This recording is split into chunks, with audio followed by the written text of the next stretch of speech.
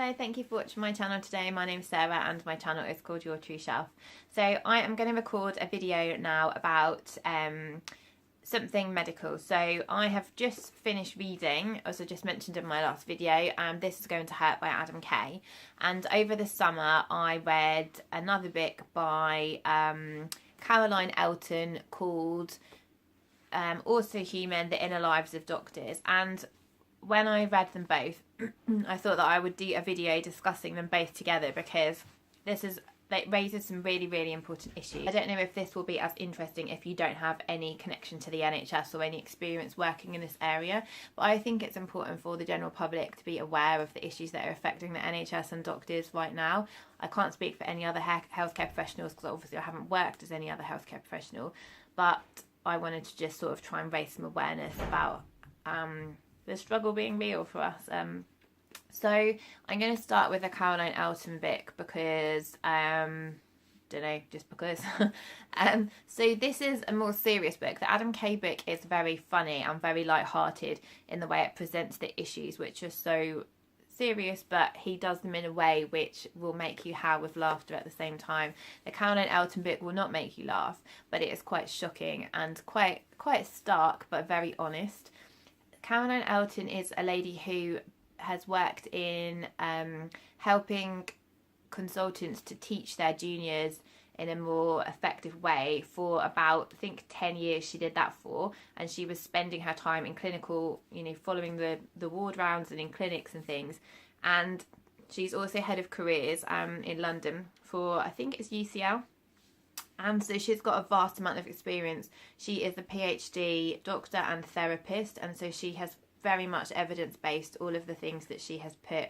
She does careers guidance for doctors, and she has written a lot about their personal stories in the book with their permission. So this is an example of something which is how the book starts. So we all start work or change our job when we're rotating through different jobs on the first Wednesday in August, which can be known as Black Wednesday. It is known to have higher rates of bad outcomes for patients in this time. Often the senior doctors will go on annual leave and disappear because they don't like to be around in this period of the week. So when you're new and you need support, often there is not much senior cover. So this is a story from the beginning of the book about a junior doctor who starts as her first day ever as a doctor, which is pretty terrifying because going from medical school to being a doctor is a very big jump. And this doctor, she goes on to her first day on the ward to find out that she's the only doctor in her department. She then gets presented immediately as she's gone on the ward with a really sick patient. Now I can still remember when I was presented with my first sick patient and I kind of froze and I didn't really know what I was doing, and I had a wonderful nurse with me who was like saying, shall we do this, and she really guided me through. And this nurse just says, you need to come and see this patient, he's sick. The doctor says, well, can you help me because it's my first day? Nurse says, I'm really sorry, I can't help you, I've got someone else to go in and help someone else with. And she leaves her on her own and she just freezes, she doesn't know what to do. One of her junior doctor colleagues, who it's also her first day, comes onto the ward, and so this lady says, please can you help me, I'm really stuck. They're both stuck, neither of them know what to do. So the second doctor decides to call her mum, who happens to be a critical care outreach nurse, and gets the patient admitted to ITU, which is intensive care. So it's obviously someone who is really sick. So that's quite upsetting to happen straight away as soon as you've started on your first day. She then gets a bleep from the surgical assessment unit, which is where all the patients who are being admitted for surgical emergencies are waiting to be booked in. She goes down there and another nurse says to her, where have you been? We've got 6 patients who are waiting to be clerked in. Why weren't you here ages ago? So this poor doctor didn't even know she was supposed to be covering this as well as her whole ward. And I can just imagine like the overwhelm and everything building up in this poor doctor. So she says, well, there's 6 people waiting. Would you help me try and prioritise who's the sickest, who needs to be seen first? And then the nurse who was asked her to come says, Figure it out for yourself, blue eyes. Well, I can just imagine myself dissolving and wanting to hide in a corner and never come back after that as my first day. And that is something, whilst it is horrible and shocking, commonplace. That is not something which surprises me. Finding out you're supposed to be in 2 places at once, finding out you're supposed to be covering 2 departments on your first day. This is the kind of crap that happens to junior doctors.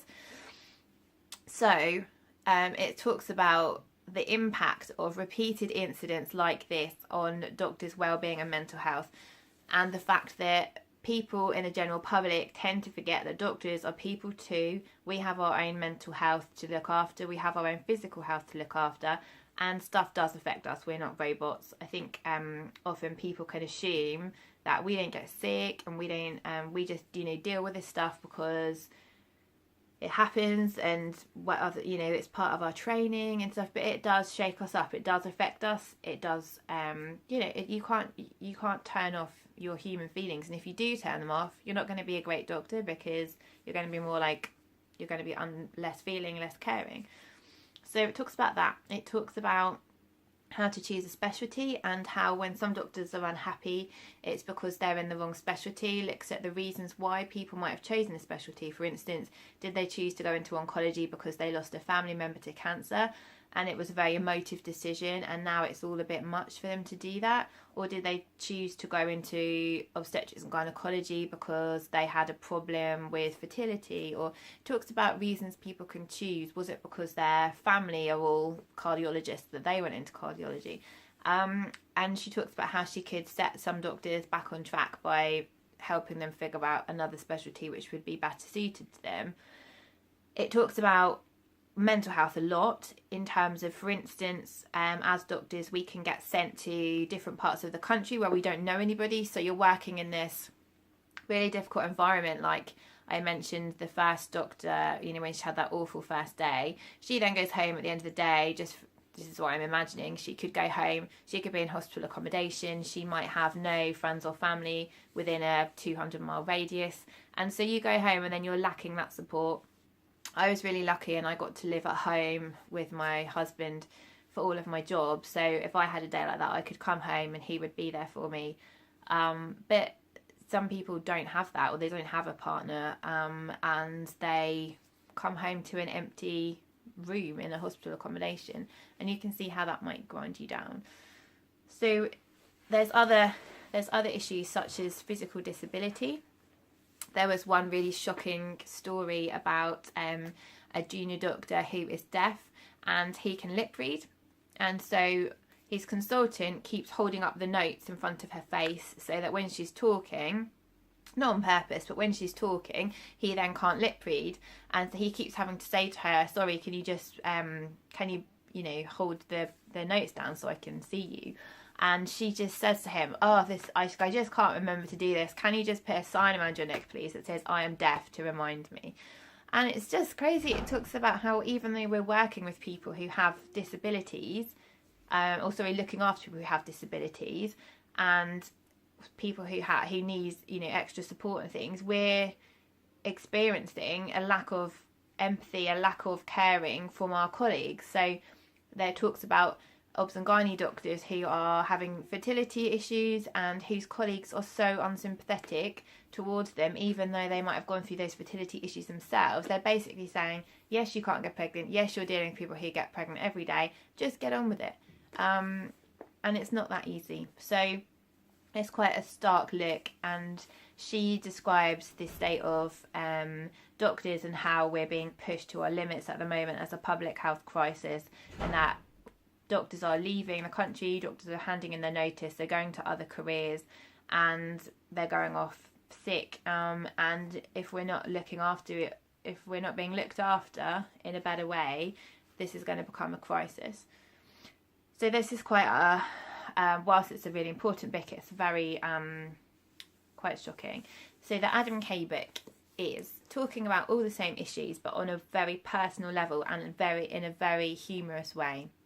So Adam was a junior doctor in obstetrics and gynecology, or obs and gynae, and this is his diary entries from when he first starts his work up until when he leaves the NHS. he is a great doctor. He grafts so hard, and he does it with humour. I'm not saying obviously that he was feeling in a humorous mood the whole time when he was working, but he treats issues with humour in here, I guess, as a coping mechanism. So as doctors, we can have what's called gallows humour. We can tell, like, sometimes we are awful in the things that we make jokes about, because it's still our one way of coping. If we can turn a tragic, or not necessarily tragic, if we can turn a situation into something funny. Now, this is not in a way where we're making fun of people, but if we can find a funny side to a horrible situation, it just helps our mental health. So, and this is very much what he does in this book. He also writes about some horrendously sad things and the lack of support that he's had during those things that have happened to him, and how that eventually leads to his leaving the NHS. He talks a lot about the impact on his relationships. So he has a partner called H, and it's constantly talking about how he has dinner plans with H, he's going to a party with H, he's going on holiday with H, and then he's promised he'll be home on time, and then something happens and he can't just walk away and he's 2 hours late leaving. Or how he has a 2-week holiday booked, and then the middle weekend of his holiday abroad he's been asked to cover because something's happened to the rota, and so he's having to cancel his whole holiday abroad, and the things that people are expected to do. And so it talks about that a lot. Just small examples, like where he's down to do antenatal clinic and he's got, say, 25 patients booked in, and then there's no one else on the rota to do it with him. So instead of having to see 25 patients, he's now having to see 50. And that's just impossible. It's just, and then he's seeing 50 patients, which, if you imagine, if he even gave them 5 minutes each, which is not possible, he would be there for, 4 hours, just if he gave everyone 5 minutes, which obviously isn't going to happen. So he's going to be there 3 or 4 hours late. The patients are going to be really pissed off, and they're going to lay into him about it, even though he's working his arse off trying to see everybody. And it's just so unsatisfactory for everyone. And this is the kind of thing that happens day in, day out. It talks about the ridiculous bleeps that you get. One example, like, he gets bleeped 3 times between 1 a.m. and 1:30 a.m.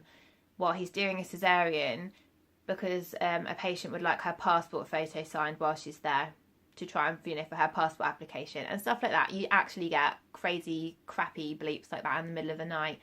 But then there's a lot of humorous patient stories in here, a lot of the kind of weird, bizarre stuff that we see, about lots of things about foreign bodies inserted in different orifices, about the just crazy stuff that people do. It made me laugh so many times, just even thinking about some of the stories. It's so funny. And ultimately he left the NHS, even though he sounded like he was a great doctor.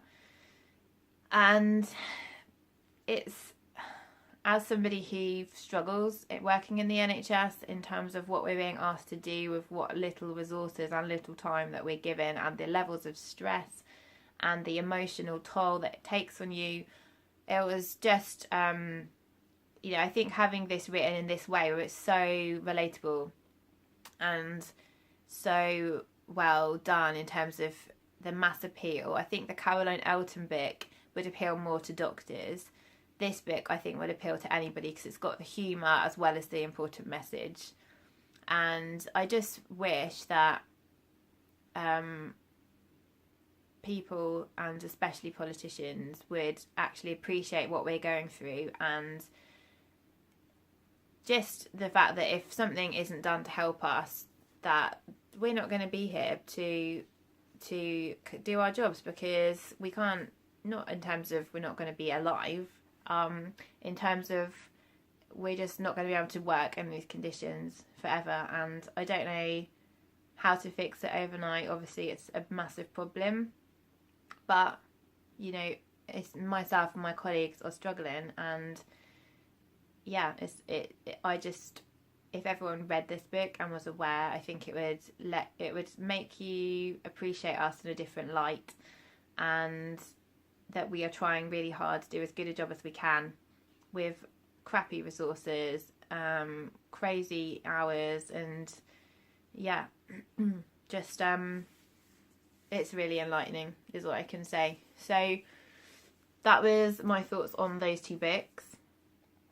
If you have any questions that you wanted to talk about more, or any other books along the same kind of, any other books along the same kind of lines that you think I'd like, let me know. There's a couple I've got on my wish list that are sort of medical similar type books, but I think more focused on case histories and things. But yeah, I'd really like to have a chat about this in the comments. Let me know what you think, and I will speak to you soon. Bye.